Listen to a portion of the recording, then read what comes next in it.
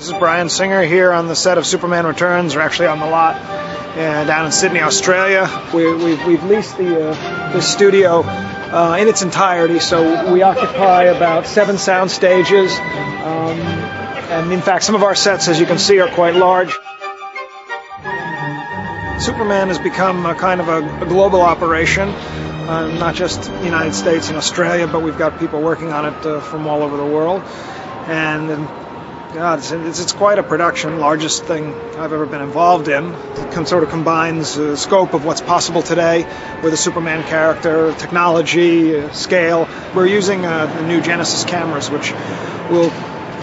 the idea is, and so far we've been successful with, is creating an image that will be a modern image, something with more clarity, more resolution, but at the same time have a classic romantic quality. In the film, emulsion is made up of basically only 0 and 1, but in a lot of different configurations, most of which have not been recorded yet. The Apocalypse and Exodus are coming later. They've done this in conjunction with Sony, who's made the deck, and there's a big CCD in there, bigger than in there, inside there, which is the only real difference between what I do and what you do. And I have a bigger crew.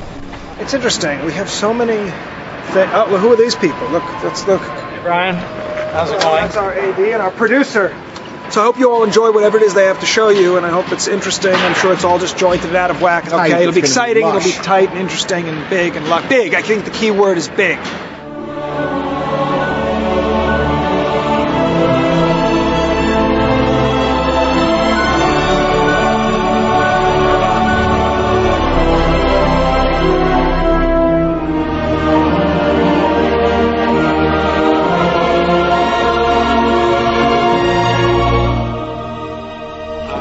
As you all know, we're going to start shooting in Tamworth. We shoot in Tamworth for 10 days, and then the intent is to travel home on Thursday, the 24th.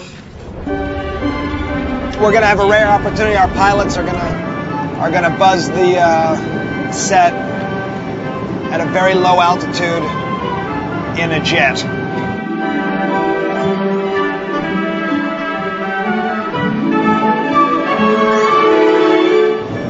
They read magazines. I choose to read safety information.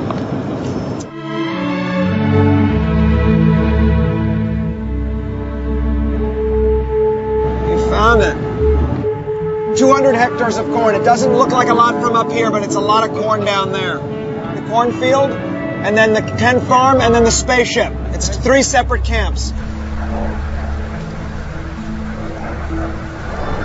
After sitting with Tom and watching the digital material, I feel more confident that this will be at least the most visually stunning film that I've been involved with. The film is about Americana and the sweeping nature of it. He's a sweeping hero, and it should be a sweeping looking film, or shall we say digital film, movie. All right, enough playing around with the jet. Now we're going to get back to work. When we do get home, if we come home a little early, we'll walk through the stages just so we take a look at what we got. We have thousands of people working for us. We have about 150 in construction. We have about 45 in the art department in Sydney alone. We have a huge set decorating department, props department.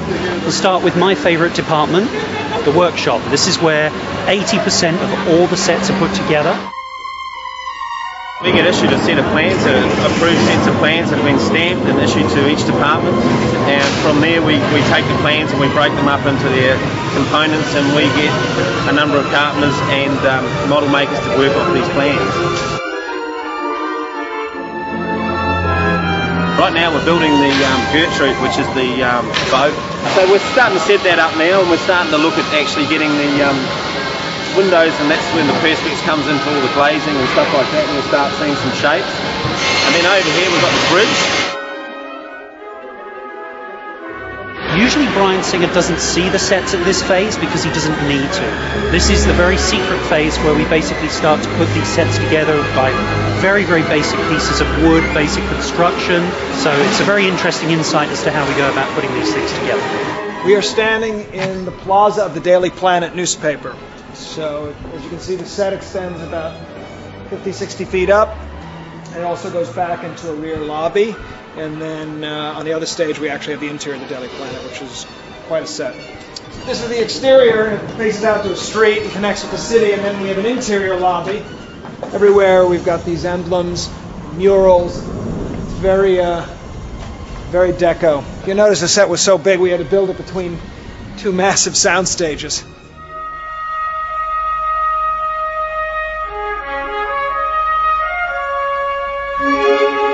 I came to Australia in January, and then the cast started falling into place pretty quickly, and we've been going, working from here since then, and been very busy. Everyone you see in the movie has had a fitting, except for the the big crowd scenes, the huge crowd scenes, where we fit like people who are going to be closest to camera. We didn't fit all 1,500 of them. There's so much vintage, and there's so much kind of reference to past decades anyway in modern fashion. You can have a wonderful mix, have it look timeless and classic, and yet have lots of references to past decades. I love it. I'm just It's very Valerie showing off to her. Here's some, not all, of, I guess these are all the capes. Water capes, muscle suits, stunt. Here we've got these stunt capes, rig capes, There's a lot of them, and they're not all here. So over